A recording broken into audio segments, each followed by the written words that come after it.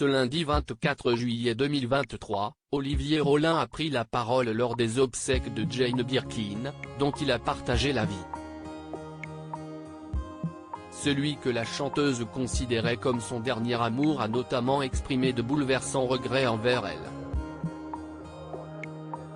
Ce lundi 24 juillet 2023, aux obsèques de Jane Birkin en l'église Saint-Roch au centre de Paris, son dernier compagnon a livré un émouvant discours pour rendre hommage à celle qui le considérait comme son dernier amour.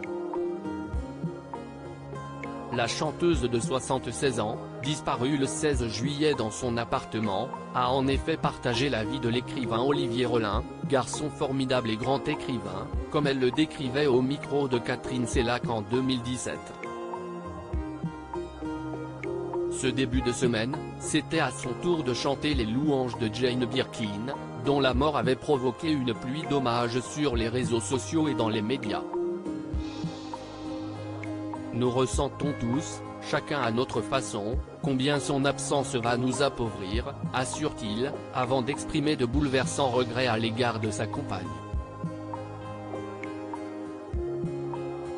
Je voudrais dire que ces jours derniers seulement j'ai pu nommer un sentiment que j'éprouvais pour Jane, au-delà de l'immense affection.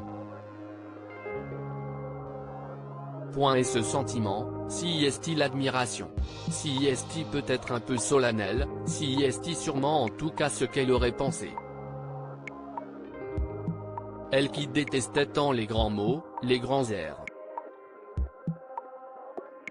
Mais si est-il comme ça, et moi je trouve que je suis bien bête d'avoir mis si longtemps à m'en apercevoir.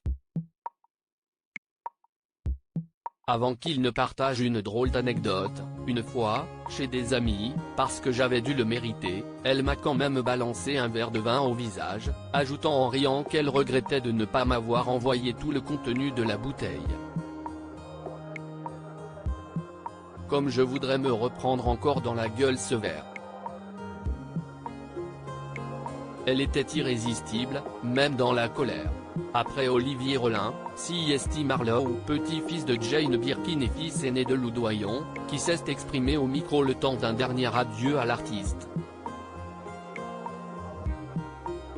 Plus tôt, Charlotte Gainsbourg, orpheline, avait été submergée par l'émotion durant son discours tandis que sa petite sœur a salué la mémoire d'une femme qui a refusé d'être ordinaire, raisonnable ou docile. Les deux femmes ont tenu à porter le cercueil de leur mère pour son entrée dans l'église, image bouleversante immortalisée par les photographes.